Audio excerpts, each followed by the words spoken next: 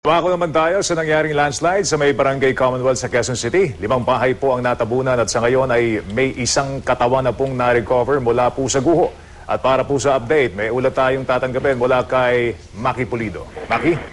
Actually, alam mo, kanina pa yung umaga, yung isa na na-recover nga ng search and rescue. At ngayong hapon, bago mag-alas 3, pasado alas 2 ng hapon, pasensya na, hindi ko pa titignan dun sa nabasa kong mga notebook, ay sunod-sunod na yung mga nakuha nila ng mga biktima ng gumuhunga na lupa dito sa may Barangay Commonwealth.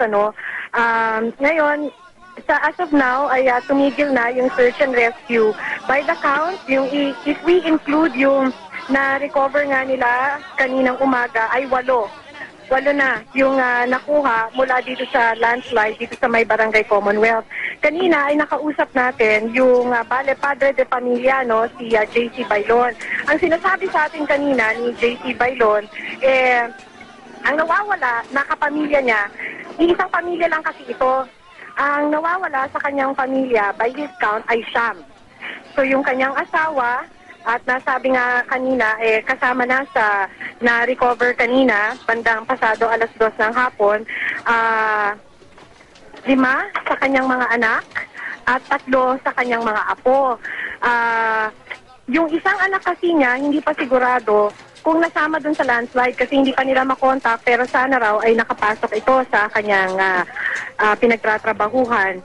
At yung isa naman sa mga anak niya, sa 7 anak niya, ay nakuha at ngayon nandun sa East Avenue Medical Center. So by his count, 5 sa mga anak niya ang nandito sa loob ng kanilang bahay nang gumuho ang lupa bandang alas 8 ng umaga. So siyam sa bilang niya.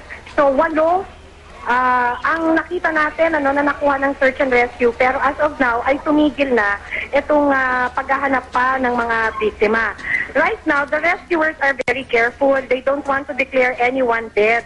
Ang sinasabi nila kasi ay hinihintay nila yung mga doktor kung saan itinakbo yung mga nakuhang mga biktima na itinakbo sa East Avenue Medical Center if they are alive or if they are dead. So what we do know is 8 ang nakuha mula dito sa gumuhong bahagi, dito sa gumuhong lupa, dito nga sa may Barangay Commonwealth.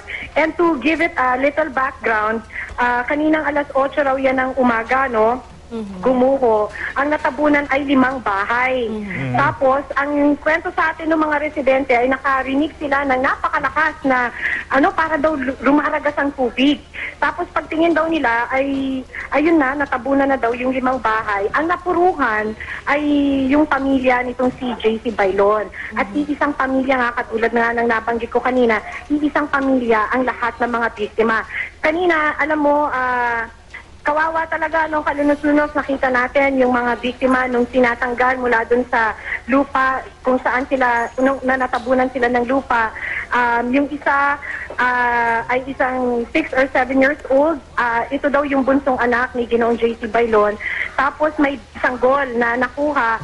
Ang pagkakasabi sa atin ni JC Bailon, ito yung bagong panganak, 3-week-old na baby. So meron pa sa mga apo niya na 2 years old at 3 years old at yung iba ay binatilyo. Kanina, iyak ng iyak si JC Bailon sa atin nang kausap na natin siya bandang hapon. Dahil nga, siyempre umaasa pa rin siya na okay yung mga pamilya niya na nakuha, pero walang makapagsabi sa kanya definitely kung ano na nga ba ang kanilang sitwasyon, ang kanilang kalagayan. Bakit nangyari ba yan? Nandyan ba si JC? Oo, hindi. Si JC Bailon, bumalik ng bahay. Pasakay na raw siya ng sasakyan, pupunta na raw siya sa kanyang pinagtatrabahuhan. Nakatanggap daw siya ng tawag mula sa isang kanyang kumpare, kaya siya bumalik dito sa kanilang bahay. At doon niya natagpuan yung... Pagdating niya, wala na, nag-landslide na. Tinatanong natin siya kanina, alam nila na delikado.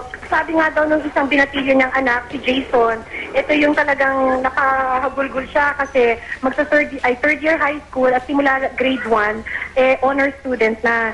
Yung anak daw niya, si Jason ay isa sa mga nakuha kanina ng mga rescuers. At sinasabi niya na kagabi pa lang daw ay napapansin na nila na medyo pumasok na yung tubig sa loob ng kanilang bahay. At kinakabahan na sila kagabi pa lang. Pero ang sabi nga niya, dun daw sa anak niya, nung nag-uusap daw sila kagabi, hindi nila alam kung saan sila pupunta.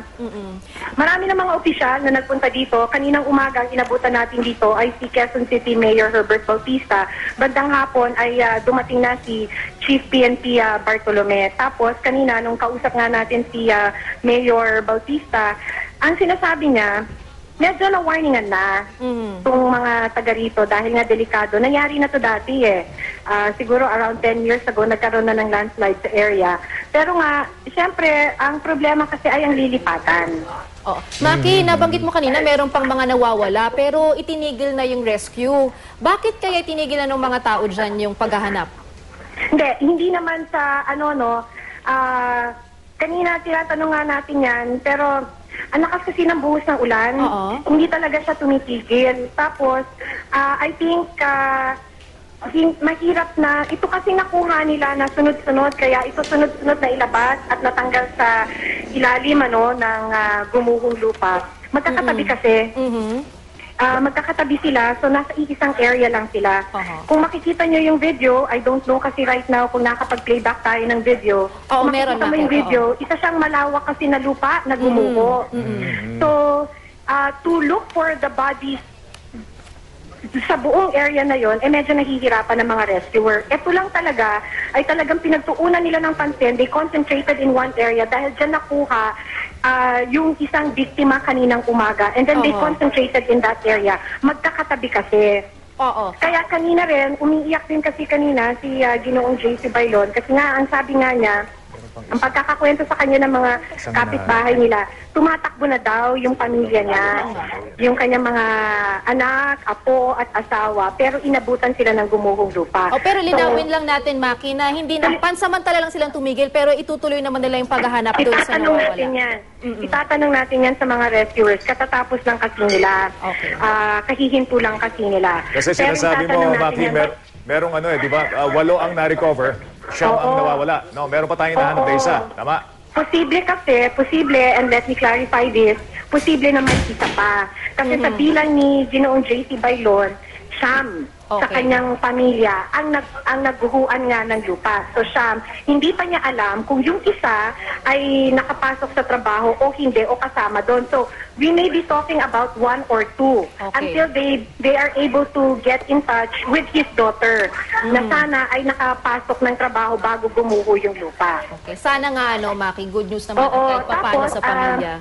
And if I may add, maliban kasi doon sa mga nakuha na ngayong bandang hapon, kaninang umaga pa ay naka-rescue sila at buhay naman. Hindi lang natin alam kung kumusta yung kondisyon ngayon, pero sila ngayon ay nasa East Avenue Medical Center. Ang pagkakasabi sa atin dito, at least 3 are alive in East Avenue Medical Center. Maraming salamat sa iyo, Maki Polido.